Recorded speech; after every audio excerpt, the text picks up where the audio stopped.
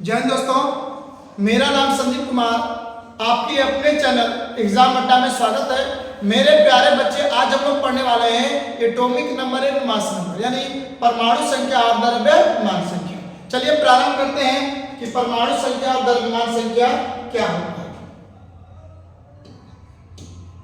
परमाणु संख्या, परमाणु संख्या इसको बोलते हैं हम लोग एटॉमिक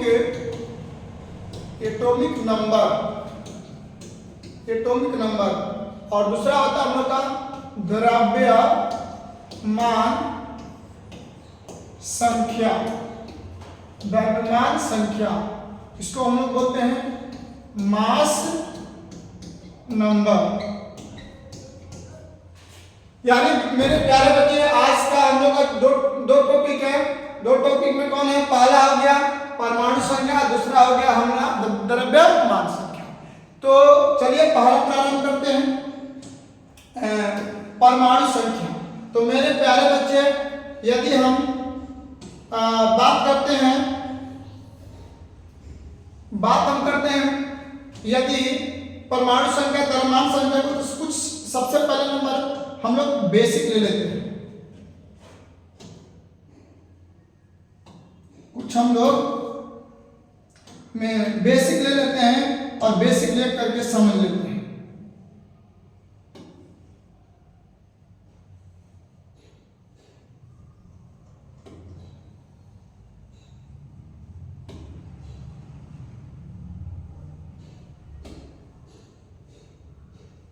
चलिए, अब मेरे प्यारे बच्चे, जैसा कि आपको तो बहुत पहले से पता होगा कि परमाणु किसी पदार्थ या तत्व का अत्यंत सूक्ष्म कण होता है जो रासायनिक प्रक्रिया में भाग लेता है, किंतु स्वतंत्र अवस्था में नहीं पाया जाता है।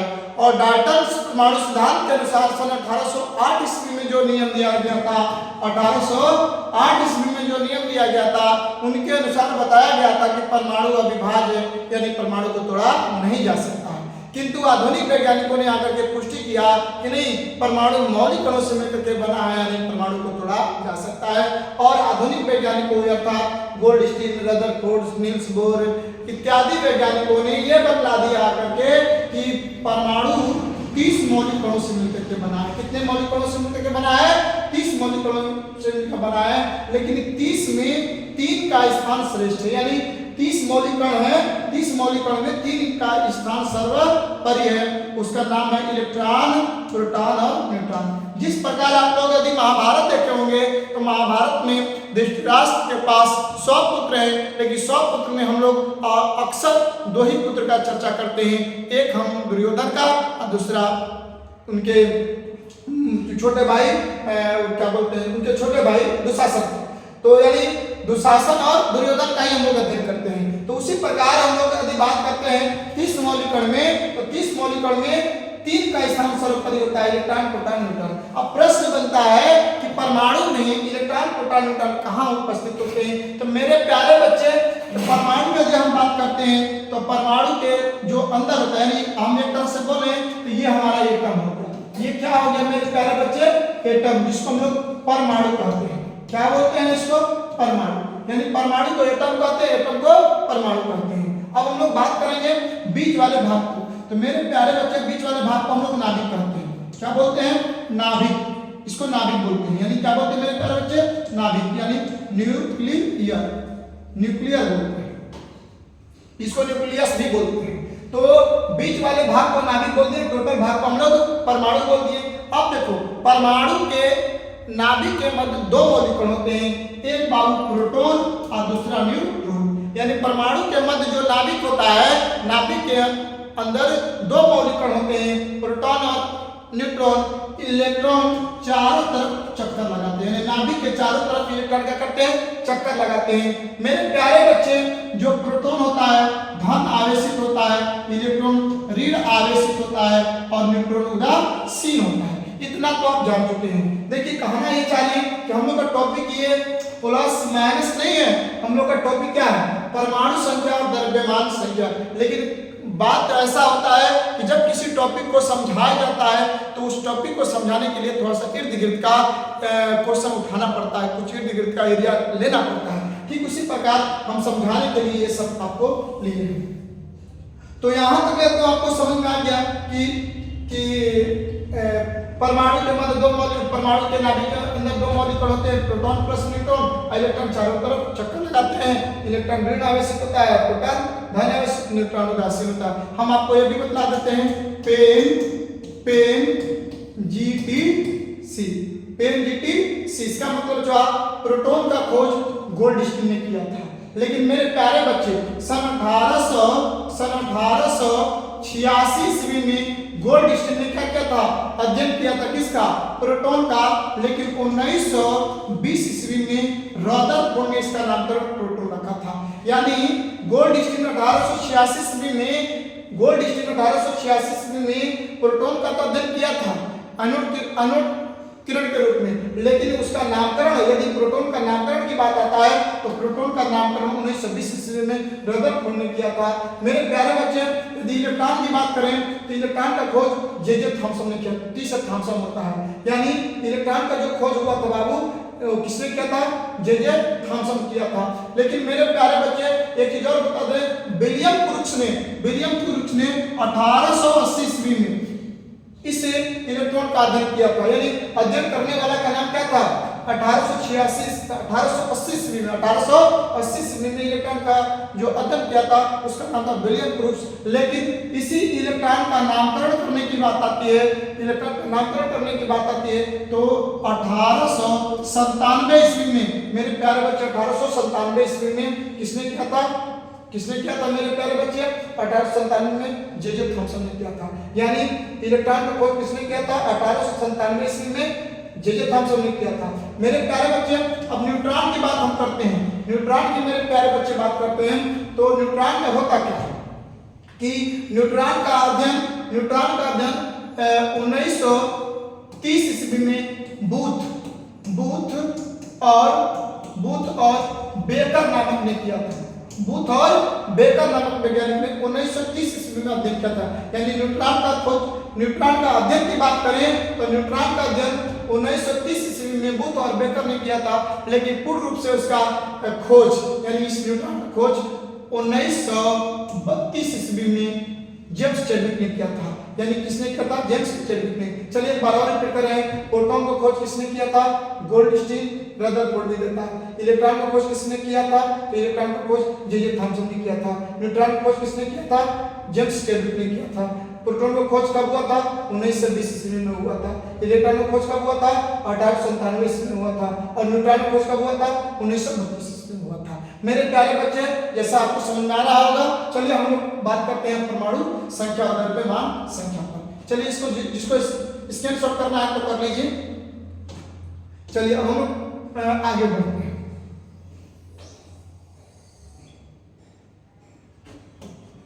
अब मेरे प्यारे बच्चे प्रारंभ करते हैं हम लोग परमाणु संख्या। तो देखिए टोटल भाग को परमाणु कहते हैं। टोटल भाग को मेरे प्यारे बच्चे क्या बोलते हैं, परमाणु। बीच वाले भाग को क्या बोलते हैं, नाभिक बोलते हैं। टोटल भाग को परमाणु बोलते हैं, बीच वाले भाग को नाभिक बोलते हैं। अब देखिए कोई बोलेगा कि परमाणु संख्या किसे कहते हैं, परमाणु के नाभिक में उपस्थित, परमाणु के नाभिक में उपस्थित, परमाणु के नाभिक में उपस्थित टोटल प्रोटॉन की संख्या को, टोटल प्रोटॉन की संख्या को परमाणु संख्या कहते हैं। क्या मैंने बोला, परमाणु के नाभिक में उपस्थित टोटल प्रोटॉन की संख्या को परमाणु संख्या कहते हैं। परमाणु संख्या को Z द्वारा सूचित किया जाता है। किसके द्वारा मेरे प्यारे बच्चे सूचित किया जाता है, Z द्वारा सूचित किया जाता है। यानी कोई यदि आपसे क्वेश्चन कर दे कि सर जी बताइए परमाणु संख्या किसे कहते हैं, तो परमाणु के नाभिक में उपस्थित टोटल प्रोटॉन की संख्या को परमाणु संख्या कहते हैं। परमाणु संख्या को Z द्वारा सूचित किया जाता है, Z द्वारा सूचित किया जाता है। अब चलिए हम लोग बात करते हैं, थोड़ा सा स्टेप और आगे बढ़ाते हैं। जब परमाणु उदासीन हो। अब कहिए कि सर ये परमाणु उदासीन कब होगा? तो देखिए जिस तत्व पर कोई चार्ज ना हो यानी प्लस माइनस ना हो वो उदासीन है, जिस पर चार्ज है यानी प्लस माइनस है वो समझिए कि आपका उदासीन नहीं है, मतलब अउदासीन है। यानी बच्चों हम बात करते हैं थोड़ा सा उदासीन का, हम बात करते हैं बच्चों उदासीन का या उदासीन का, और हम बात करेंगे अउदासीन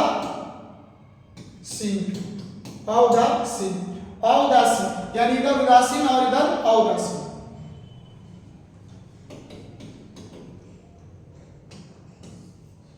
तो मेरे प्यारे बच्चे यदि हम बात करते हैं उदासीन का, तो देखिए यहाँ पर सोडियम उदासीन है, जबकि बच्चा यहाँ पर सोडियम यदि प्लस हो गया तो उदासीन नहीं है, मतलब अउदासीन है। यहाँ पर Cl उदासीन है, लेकिन यहाँ पर Cl माइनस कर दिया तो बाबू तो उदासीन नहीं है, मतलब अउदासीन है। यदि बच्चों आप बात करेंगे ऑक्सीजन का, तो यहाँ पर उदासीन है, ऑक्सीजन को 2 माइनस कर देंगे तो ये उदासीन नहीं, मतलब कि अउदासीन है। यदि K कर देंगे बाबू तो यहाँ पर उदासीन है, लेकिन यदि बात प्लस कर देंगे तो यहाँ पर उदासीन नहीं। यदि बच्चों हम बात करेंगे यहाँ पर Ca की बात करेंगे तो यहाँ पर Ca क्या है मेरे प्यारे बच्चे, Ca हमारा उदासीन है, लेकिन बात कर देंगे यहाँ पर यदि Ca+2 का तो यहाँ पर उदासीन नहीं है। तो जैसा कि मैंने आपको अभी बतलाया कि जो कोई चार्ज, जिस पर कोई चार्ज ना हो वो उदासीन होगा, और जिस पर कोई चार्ज होगा वो अउदासीन होगा, मतलब उदासीन नहीं होगा। तो अब आप लोग थोड़ा सा कमेंट में बोल दीजिएगा कि सर जी Zn उदासीन है कि अउदासीन है, चलिए बतला दीजिएगा, और ये बतलाइएगा कि Zn+2 उदासीन है कि अउदासीन है, इसको आप बतलाइएगा। चलिए इसको स्क्रीनशॉट कर लीजिए, अब आगे बढ़ते हैं। तो मेरे प्यारे बच्चे अब हम लोग बात करते हैं कि जब परमाणु उदासीन, तो मेरे प्यारे बच्चे जब परमाणु उदासीन हो तब Z बराबर P बराबर E, यानी जब परमाणु उदासीन होगा तब Z बराबर P बराबर E होगा। यानी Z क्या हो जाएगा मेरे प्यारे बच्चे, तो Z हो जाएगा एटॉमिक नंबर। मेरे प्यारे बच्चे Z क्या हो जाएगा एटॉमिक नंबर, इसको परमाणु संख्या बोलते हैं। P क्या हो जाएगा, तो P प्रोटॉन नंबर हो जाएगा। मेरे प्यारे बच्चे P क्या हो जाएगा, प्रोटॉन संख्या हो जाएगा। E की बात करेंगे तो E हमारा इलेक्ट्रॉन नंबर हो जाएगा, यानी इलेक्ट्रॉन संख्या हो गया। क्या हो गया, इलेक्ट्रॉन संख्या हो गया। तो यानी हम आपको ये बतलाएं कि Z बराबर P बराबर E, तो इसमें हम देख लिए कि Z क्या है एटॉमिक नंबर है, P क्या है प्रोटॉन नंबर है, E क्या है तो इलेक्ट्रॉन नंबर है। जब परमाणु उदासीन होगा तब तीनों आपस में बराबर होगा, इसको स्क्रीनशॉट कर लीजिए। चलिए अब हम लोग बात करेंगे मेरे प्यारे बच्चे, अब बात करेंगे बाबू कि इसका मतलब क्या हुआ। तो हम एक सोडियम ले लेते हैं, सोडियम मेरे प्यारे बच्चे लेते हैं। जब सोडियम ले लेते हैं तो सोडियम उदासीन है, तो सोडियम का परमाणु संख्या कितना हो जाएगा, 11 हो जाएगा। तो जब 11 होगा तो Z का मान 11, तो P का मान भी 11 और E का मान भी क्या होगा, 11। यानी जब परमाणु उदासीन होगा तब E लागू होगा। क्लियर। अब देखिए अब नंबर हम बात करते हैं जब परमाणु अउदासीन हो तो Z बराबर P बराबर नॉट इक्वल E, मतलब Z बराबर P तो होगा मेरे प्यारे बच्चे, लेकिन E इक्वल नहीं होगा। इसका मतलब कि हम मान लेते हैं सोडियम प्लस ली। अब पाऊ परमाणु संख्या तो 11 हो गया, तो Z का मान कितना हो गया, 11। P का मान भी मेरे प्यारे बच्चे क्या हो गया, 11, लेकिन यहाँ पर नॉट इक्वल ही होगा। देखिए सोडियम प्लस हुआ, इसका मतलब 1 इलेक्ट्रॉन त्याग दिया है, तो पहले इसके पास कितने इलेक्ट्रॉन था, 1 इलेक्ट्रॉन था, 1 त्याग दिया है, इसका मतलब कि 10 इलेक्ट्रॉन हो गया। मेरे प्यारे बच्चे जब उदासीन था तो तीनों बराबर था, जब अउदासीन हुआ है तो इसमें Z बराबर हुआ P के बराबर, लेकिन हमारा P बराबर नहीं हुआ। तो अभी तक ले आपको परमाणु संख्या समझ में आ गया होगा। यदि समझ में आ रहा है तो कमेंट में बोल दीजिए यह सब समझ में आ चुका है। यदि परमाणु संख्या समझ में आ गया तो कमेंट में बोल दीजिए यह सब समझ में आ गया है। आप बोल दीजिए जय हिंद, आप बोल दीजिए जय हिंद। अब चलिए हम लोग बात करते हैं मेरे प्यारे बच्चे, अब बात करते हैं द्रव्यमान संख्या का। अब इसको हम लोग हटा देते हैं। अब मेरे प्यारे बच्चे अब हम लोग का दूसरा नाम आता है द्रव्यमान संख्या। अब बात करेंगे द्रव्यमान संख्या का। तो देखिए ये टोटल भाग को हम बाबू बोलते हैं परमाणु बीच वाले भाग को बोलते हैं नाभिक। देखिए परमाणु के नाभिक में उपस्थित, परमाणु के नाभिक में उपस्थित टोटल प्रोटॉन की संख्या तथा टोटल न्यूट्रॉन की संख्या, परमाणु के नाभिक में उपस्थित टोटल प्रोटॉन की संख्या तथा टोटल न्यूट्रॉन की संख्या के योगफल को, योगफल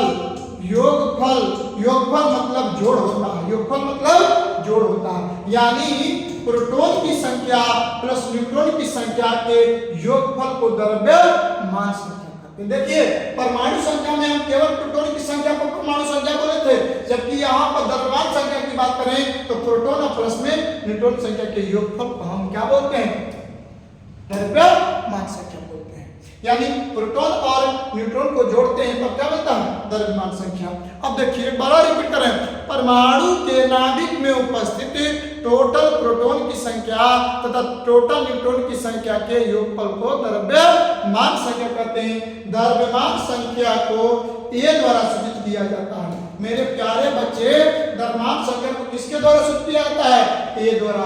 अर्थात हम कह सकते हैं, अर्थात में हम कह सकते हैं कि ए बराबर पी प्लस एन। मेरा एक फॉर्मूला तैयार हो गया, मेरा एक फॉर्मूला बच्चे तैयार हो गया कि जब द्रव्यमान को ये द्वारा सूचित करते हैं तो ये बराबर P प्लस एन, यानी P और N को जोड़ेंगे तो हमारा क्या हो जाएगा, A बराबर P प्लस एन हो जाएगा। क्लियर। अब चलिए प्रारंभ करते हैं, थोड़ा सा आगे की ओर बढ़ते हैं। चलिए अभी तो क्या समझ में तो आ गया है मेरे प्यारे बच्चे। आप थोड़ा सा जान लीजिए कि मेरे प्यारे बच्चे ये क्या हो जाएगा, तो ये हमारा हो जाएगा मास नंबर। मेरे प्यारे बच्चे द्रव्यमान संख्या हो गया। P मेरे प्यारे बच्चे क्या हो जाएगा, P हो जाएगा प्रोटॉन नंबर। क्या हो जाएगा मेरे प्यारे बच्चे, प्रोटॉन नंबर। और N क्या हो जाएगा, तो N हो जाएगा न्यूट्रॉन नंबर। यानी आपको N क्या हो गया, न्यूट्रॉन नंबर, P क्या हो जाएगा, प्रोटॉन नंबर, और ये क्या हो जाएगा, मास नंबर, द्रव्यमान संख्या। क्लियर। अब हम लोग इस पर थोड़ा सा न्यूमेरिकल बनाने का प्रयास करते हैं। अभी तक यदि चैनल सब्सक्राइब नहीं किए हैं तो चैनल को सब्सक्राइब कर बेल आइकन घंटी को दबा दें, जिससे हमें ये लगेगा कि नहीं मेरे बच्चे को, मेरे अपने जो हैं, जो हमारे वीडियो को देख रहे हैं, उनको ये लेक्चर समझ में आ रहा है। तो यदि चैनल को सब्सक्राइब नहीं किए तो चैनल को सब्सक्राइब कर बेल आइकन घंटी को दबाएं और प्लस में अपने साथियों को भी शेयर करें और बोले कि संदीप सर आपको यूट्यूब एग्जाम अड्डा पर पढ़ा रहे हैं और बड़ा पढ़ने में आनंद आ रहा है।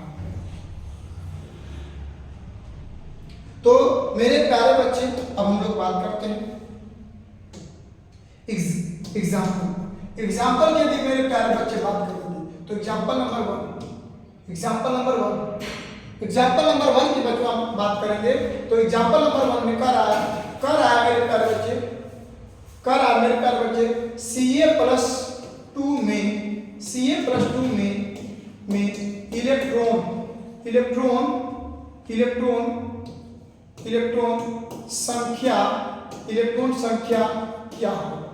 इलेक्ट्रॉन संख्या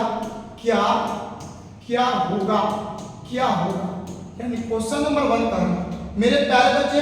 क्वेश्चन नंबर 2 कहता है, क्वेश्चन नंबर 2 कह रहा है कि CA में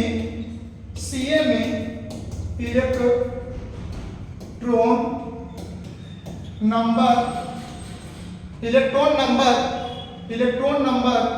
नंबर क्या होगा। देखिए थोड़ा सा मेरे बच्चे अपना क्या किए हैं, क्वेश्चन को अंतर किए हैं। यहाँ पर CA+2 हुआ है और यहाँ पर CA हुआ है। तो देखिए ये आपका प्यारे बच्चे क्या है, उदासीन है, ये आपका उदासीन नहीं है। तो यानी हम चलिए क्वेश्चन को सॉल्व करते हैं। पहले करेंगे सॉल्यूशन। क्या गेट खोल दीजिए।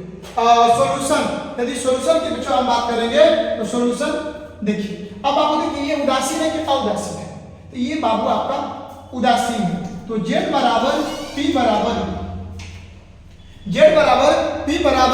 मेरे प्यारे बच्चे, Z बराबर P बराबर P। तो अब बताइए कैल्शियम का परमाणु संख्या कितना होता है, चलिए आपके लोग बताइए कैल्शियम का परमाणु संख्या मेरे प्यारे बच्चे कितना होता है, 20। यानी यहाँ पर यदि बात करें तो Z का मान क्या होगा, 20 हो गया। तो मेरे प्यारे बच्चे P का मान 20 होगा। होगा और ई का मान भी क्या होगा बीसी होगा। यानी कोई बोलेगा इलेक्ट्रॉन नंबर बराबर क्या, तो मेरे प्यारे बच्चे 20 होगा। यानी यही आपका क्या होगा आंसर। यानी दूसरा क्वेश्चन का आंसर क्या मिला 20 मिला। क्या मिला प्यारे बच्चे 20 मिला। यदि हम बात करते हैं इसका तो लिखेंगे सोल्यूशन। क्या लिखेंगे सोल्यूशन। सोल्यूशन में आप करेंगे तो क्या दिया है मेरे प्यारे बच्चे, तो इसका भी तो कैल्शियम में तो 20 ना होगा, तो 20 होगा। तो इसमें हम Z बराबर P नॉट इक्वली, क्या मैंने बताया था कि जब परमाणु अउदासीन हो तो Z बराबर P नॉट इक्वल ही होगा। तो Z का मान मेरे प्यारे बच्चे कितना है 20 है, P का मान कितना है 20 है, लेकिन नॉट इक्वल E, इसका मतलब कि 20 पहले था लेकिन अब बचवा इसमें +2 का मतलब 2 इलेक्ट्रॉन का क्या है निकल चुका है, 2 इलेक्ट्रॉन का क्या है निकल चुका है। इसलिए हम कहेंगे कि इसमें से 2 का करेंगे घटा देंगे तो हमारा कितना हो जाएगा। यानी Ca+2 में कितने इलेक्ट्रॉन मिला मेरे प्यारे बच्चे 18 इलेक्ट्रॉन मिला। Ca में कितना इलेक्ट्रॉन मिला 20 इलेक्ट्रॉन मिला। जैसा कि आपको समझ में आ रहा होगा, हम आपको एक HW में दे रहे हैं, आप बना दीजिएगा, उसके बाद हम आगे बढ़ेंगे। आप इसको सॉल्व कर दीजिएगा मेरे प्यारे बच्चे।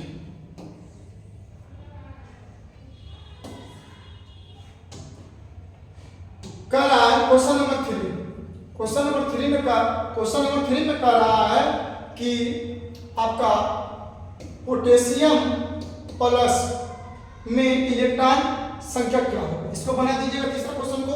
और चौथा क्वेश्चन कह रहा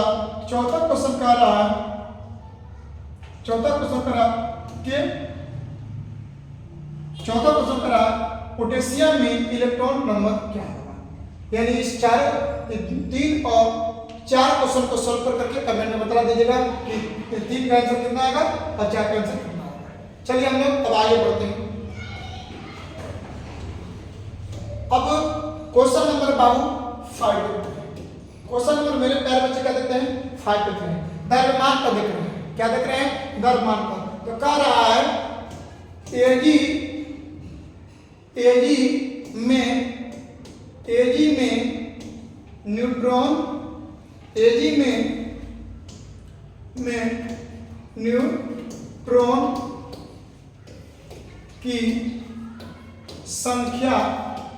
एजी में न्यूट्रॉन की संख्या क्या होगा। कह रहा है कि Ag 47 मतलब कि चांदी की बात कर रहा है, करे चांदी में न्यूट्रॉन की संख्या क्या होगा। अब ये क्वेश्चन नंबर 1 हो गया। अब क्वेश्चन नंबर 2 देखते हैं। क्वेश्चन नंबर 2 देखते हैं मेरे, ये 5 हो गया तो 6 हो जाएगा, ये 6 हो गया क्वेश्चन नंबर 6 कह रहा है सोडियम में न्यूट्रॉन